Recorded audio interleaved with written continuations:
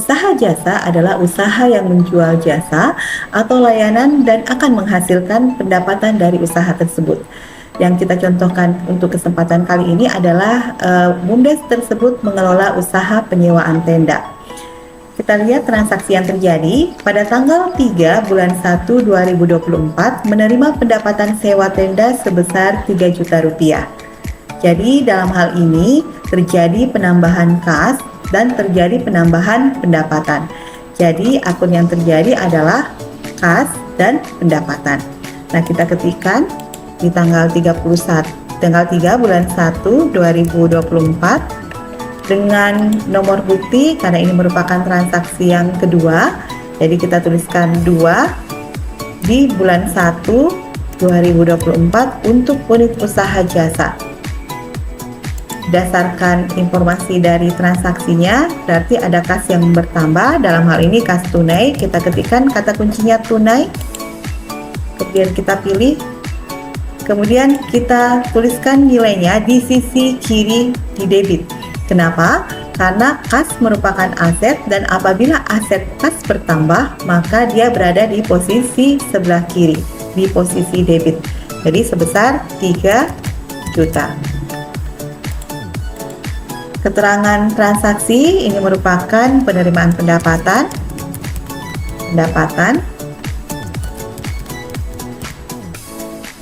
Karena ini merupakan komponen arus kas, maka diisikan untuk komponen arus kas karena ada kas tunai. Jadi yang diisi komponen laporan arus kasnya ini adalah semua yang berkaitan dengan kas. Dalam hal ini baik kas tunai maupun kas di bank. Jadi ini merupakan kas masuk operasi karena terjadi tambahan kas dari kegiatan operasional yang dilakukan oleh BUMDes. Jadi kita aktifkan, kemudian dipilih drop down segitiga ke bawah, kemudian kita pilih kas masuk operasi. Setelah itu kita klik kembali segitiga ini, kemudian kita pilih penerimaan kas dari penjualan jasa. Kemudian akun yang lainnya berkaitan dengan transaksi ini adalah pendapatan bertambah. Jadi dalam hal ini pendapatan dari sewa tenda. Pendapatan sewa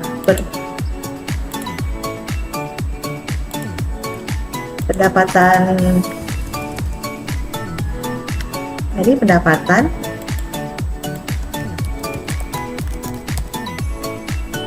lupa klik pendapatan sewa. Oke, pendapatan sewa sebesar 3 juta. Tadi di kaidah penggunaan jurnal, pengisian jurnal, apabila pendapatan bertambah dia berada di sisi kredit sebesar 3 juta rupiah. Informasi transaksi sama, penerimaan pendapatan, dan ini tidak berkaitan dengan laporan komponen laporan arus kas, makanya tidak diisi untuk penerimaan kas dari penjualan jasa. Demikian untuk usaha jasa. Nah, sekarang kita beralih ke usaha dagang. Kalau kita berbicara tentang usaha dagang adalah usaha yang kegiatannya membeli dan menjual kembali suatu barang tanpa mengubah bentuk dari barang yang dijual tersebut. Untuk kesempatan kali ini kita contohkan usaha penjualan pupuk urea. Kita lihat tanggal transaksinya di tanggal 3 bulan 1 2024 membeli tunai melalui transfer Bank BRI pupuk urea sebanyak 1000 kg dengan harga 13.000. Jadi dilakukan pengeluaran sebesar 13 juta yang diperoleh dari 1000 dikali dengan 13.000. Jadi dalam hal ini harga pokok dari pupuk urea tersebut adalah 13 juta dibagi 1000 sama dengan 13.000. Akun apa yang terjadi di transaksi ini? Kita tuliskan dulu tanggalnya, tanggal 3 bulan 1 2024. Ini merupakan juga transaksi yang kedua untuk unit usaha dagang. Jadi transaksi yang kedua untuk unit usaha dagang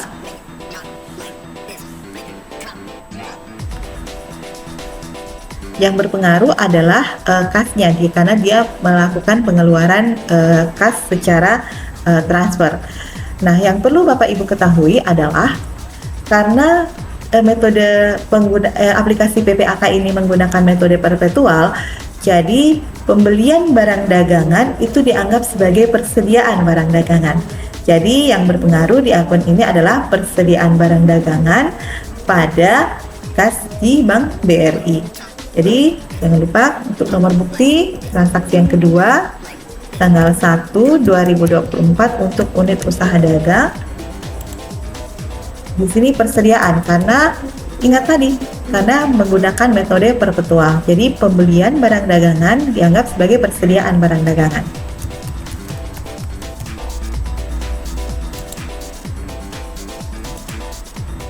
Sebesar 13 juta.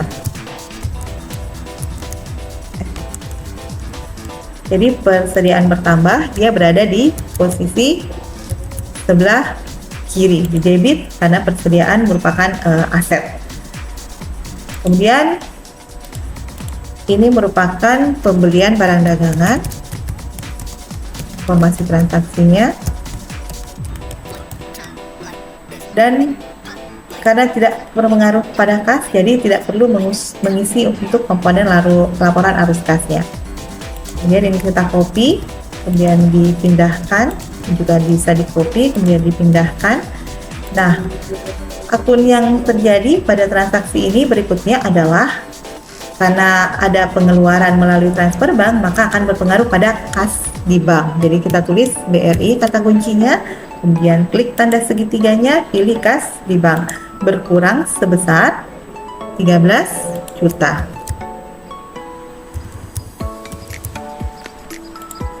Dengan informasi yang sama, pembelian barang dagangan. Karena ini ada kas di Bank BRI, maka diaktifkan untuk komponen laporan arus kasnya. Jadi ini merupakan kas keluar operasi karena ada pengeluaran yang berkaitan dengan diklik lagi satu kali pembayaran ke pemasok barang. Demikian untuk transaksi di tanggal 3 bulan 1 2024. Kemudian ternyata di tanggal 8 bulan 1 2024 ada kegiatan menjual melalui transfer bank barang dagangan, dalam hal ini pupuk urea sebanyak 1000 kilo dengan harga jual 15.000. Dalam hal ini nilai jualnya pasti lebih tinggi dari nilai pembeliannya karena usaha tersebut berharap keuntungan. Nah, sebelum menginput, ini perlu dicatat di buku bantu, lalu diinput ke jurnal. Kita lihat buku bantu di buku persediaan barang dagangan. Ini informasi terakhir, informasi tahun lalu. Jadi di sini terjadi pembelian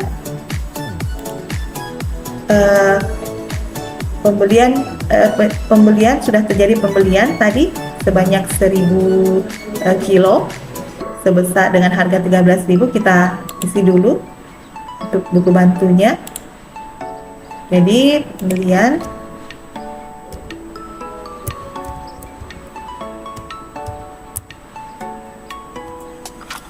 pembelian pupuk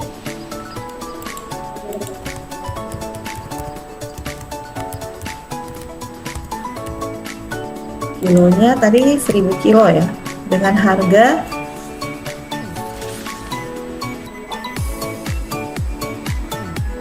dengan harga 13.000.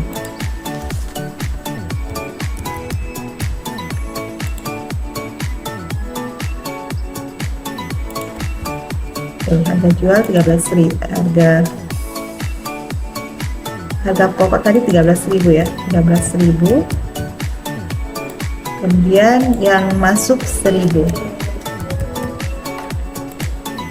Jadi tadi pengeluaran ada 13 juta. Kemudian di transaksi tanggal 8 menjual tunai melalui transfer bank. Jadi kita tulis dulu, dan perlu juga diingatkan kepada sahabat desa, karena aplikasi PPAK ini menggunakan metode perpetual, maka setiap pembelian langsung atau setiap penjualan itu akan terjadi dua pencatatan jurnal. Jadi jurnal pertama akan dilakukan pendebitan pada kas dan pengkreditan pada akun pendapatan penjualan. Kemudian jurnal kedua ada pendebitan di akun HPP dan pengkreditan untuk akun persediaan. Karena hal tersebut terjadi karena metode yang digunakan adalah metode perpetual. Jadi demikian juga untuk kegiatan transaksi pada contoh ini. Tapi sebelumnya kita isi dulu buku bantu persediaan barang dagangan. Nah, tadi ada penjualan sebanyak 1000 kilo dengan harga 15.000. Jadi harga jual 15.000, yang terjual berapa? Karena informasinya terakhir ada stok sebanyak 700. Jadi berdasarkan aturan, jadi 700 ini dulu yang dikeluarkan. Jadi barang masuk duluan itu yang duluan dikeluarkan. Jadi 700 barang stok lama, kemudian ditambah 300 barang stok baru. Jadi kita lihat di jurnalnya. Jadi kita input. Sekarang kita ketikkan tanggal 8 bulan 1 tahun 2024. Jangan lupa nomor buktinya, ini merupakan transaksi yang ketiga untuk unit usaha dagang tanggal 3 bulan 1 2024 untuk unit usaha dagang. Di sini yang berpengaruh adalah kasnya bertambah karena terjadi penjualan barang dagangan sebesar 15 juta rupiah.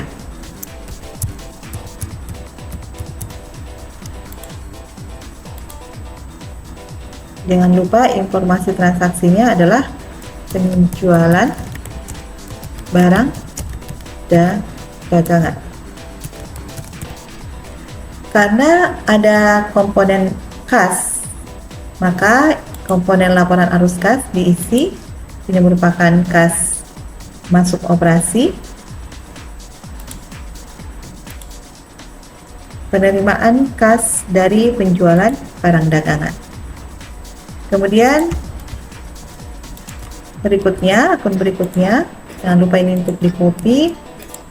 Kas di Bank BRI berpengaruh pada pendapatan penjualan karena terdapat hasil dari pendapatan penjualan pupuk Korea.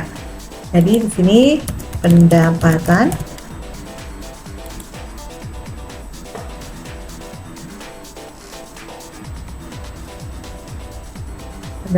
penjualan barang dagangan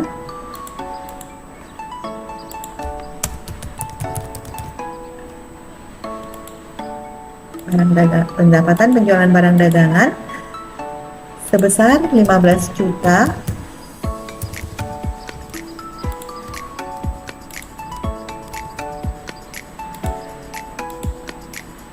ini keliru pengisiannya. Ini tadi kas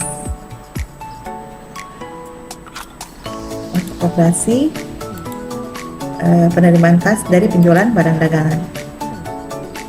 Jadi selesai balance untuk penjurnalan yang pertama. Kemudian penjurnalan berikutnya adalah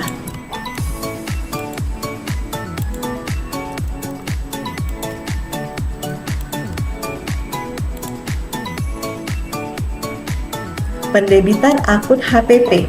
Jadi di sini harga pokok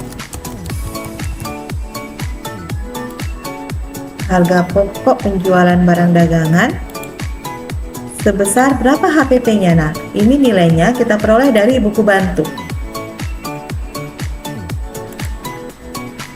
Nilai HPP-nya sebesar 13.210.000. Jadi nilainya ini, nilai HPP-nya, nilai jumlah dari HPP-nya 13.210.000. Ini yang kita masukkan di jurnal. Jadi 13.210.000 210.000.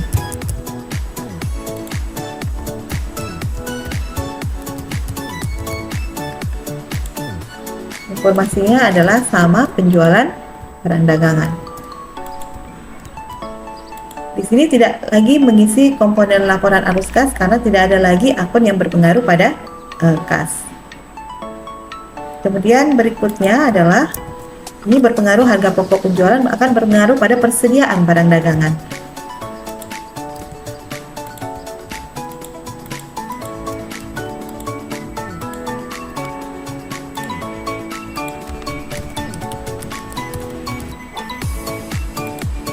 Ini persediaan barang dagangan sebesar 13 juta sama dengan nilai HPP tadi. Nah, ini yang kami ingatkan kepada sahabat desa untuk usaha dagang. Usaha dagang karena metode perpetual ketika dilakukan pembelian, maka yang dituliskan bukan pembelian barang tapi persediaan barang dagangan. Kemudian ketika dilakukan kegiatan penjualan, maka akan terjadi 2 kali kegiatan menjurnal. Yang pertama, kas pada pendapatan, jadi kas di debit, pendapatan akan dikredit. Kemudian pendebitan HPP dan pengkreditan persediaan barang dagangan. Karena metode yang digunakan adalah metode perpetual. Bagaimana dengan usaha produksi? Usaha produksi merupakan usaha yang dilakukan untuk menciptakan atau menambah nilai guna dari suatu barang. Yang kita contohkan di sini adalah usaha penggilingan gabah menjadi beras kemasan. Siklus produksi, siklus penggilingan gabah menjadi beras kemasan dengan transaksi yang terjadi contohnya di tanggal 3 bulan 1 2024 membeli tunai bahan baku gabah dalam hal ini sebesar 1000 kilo dengan harga Rp4.000, jadi akan dikeluarkan uang kas sebesar 4 juta rupiah. Jadi kita tuliskan dulu transaksinya tanggal 3 bulan 1 2024. Ini merupakan transaksi yang kedua untuk usaha produksi tanggal 1 2024 untuk usaha produksi. Jadi membeli tunai, jadi dalam hal ini tadi disampaikan bahwa apabila terjadi pembelian, jadi bukan pembelian barang dagangan, nama akunnya, tapi merupakan persediaan bahan baku ya. Karena ini merupakan bahan baku karena akan dirubah menjadi beras. Jadi dalam hal ini kita ketikkan persediaan bahan, kita kuncinya, kemudian jangan lupa drop down, persediaan bahan, persediaan bahan. Nah, persediaan bahan baku. Persediaan bahan baku sebesar 4 juta rupiah.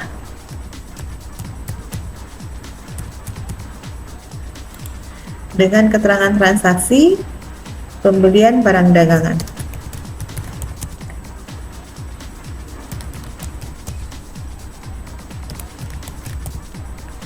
Tidak mengisi komponen laporan arus kas karena tidak begitu berpengaruh di kas. Karena dia membeli berarti berpengaruh pada kasnya, pada kas tunai.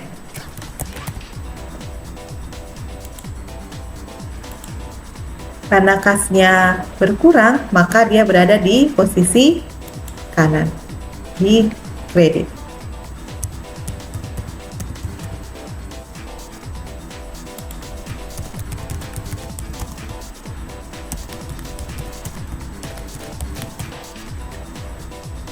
Karena ini merupakan kas, ada tambahan kas, ada pengeluaran kas, maka kas keluar operasi karena ada kas yang dikeluarkan untuk kegiatan operasional.